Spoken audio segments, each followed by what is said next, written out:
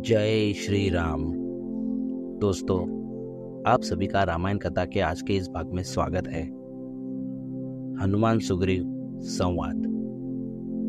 पवन कुमार हनुमान शास्त्र विद्या, नीतिज्ञ और सूझबूझ वाले मनीषी थे। कब क्या करना चाहिए और क्या नहीं जैसी बातों का उन्हें यथार्थ ज्ञान था। वर्षा ऋतु समाप्त हो गई है।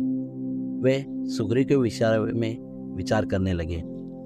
उन्हें स्पष्ट प्रतीत हुआ कि मनोरथ सिद्ध हो जाने के पश्चात सुग्रीव अपने कर्तव्य की अवहेलना करके विलासिता में मग्न रहने लगे हैं। श्री रामचंद्र जी को दिए गए अपने वचन का उन्हें स्मरण भी नहीं रह गया है।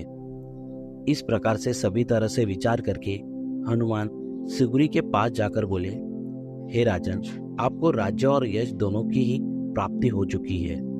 आपने कुल परंपरा से प्राप्त लक्ष्मी का भी विस्तार कर लिया है। अभी आपको अपने मित्र के कार्य को सफल बनाने के लिए जो प्रतिज्ञा की है उसे पूरा करना चाहिए। आप तो जानते ही हैं कि श्री राम हमारे परम मित्र और हितैषी है।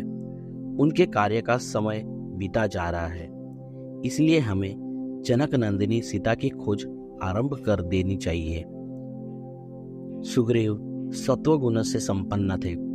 हनुमान के द्वारा स्मरण दिलाए जाने पर तत्काल उन्होंने श्री राम के कार्य को सिद्ध करने का निश्चय किया। उन्होंने नील नामक कुशल वानर को बुलाकर आज्ञा दी, हे नील, तुम ऐसा प्रयत्न करो जिससे मेरी संपूर्ण सेना शीघ्र यहाँ एकत्रित हो जाए।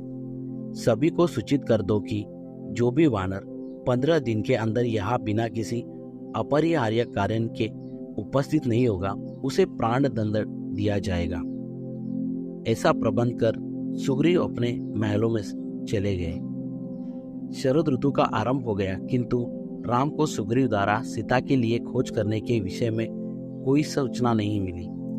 वे सोचने लगे कि सुग्रीव अपना उद्देश्य सिद्ध हो जाने पर मुझे बिल्कुल भूल गया।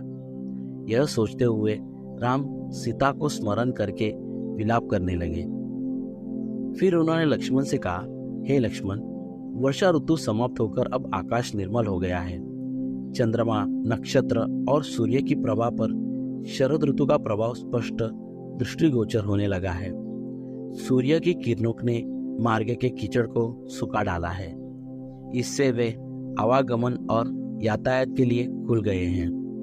राजाओं की यात्रा के दिन आ गए हैं, परंतु सुग्रीव ने न तो अब तक मेरी सुधि ली है और न जानकी की खोज कराने की कोई व्यवस्था ही की है। तुम्हें याद होगा कि सुग्रीव ने प्रतिज्ञा की थी, वर्षा ऋतु समाप्त होते ही सीता की खोज कराऊंगा। इसलिए तुम किष्किंधा जाकर उसे मेरी ओर से सचेत कर दो, ताकि मुझे कोई कठोर पग उठाने के लिए विवश न होना पड़े। दोस्तों, इसके आगे की कहानी रामायण कथा के अगले भाग में। धन्यवाद। जय श्री राम।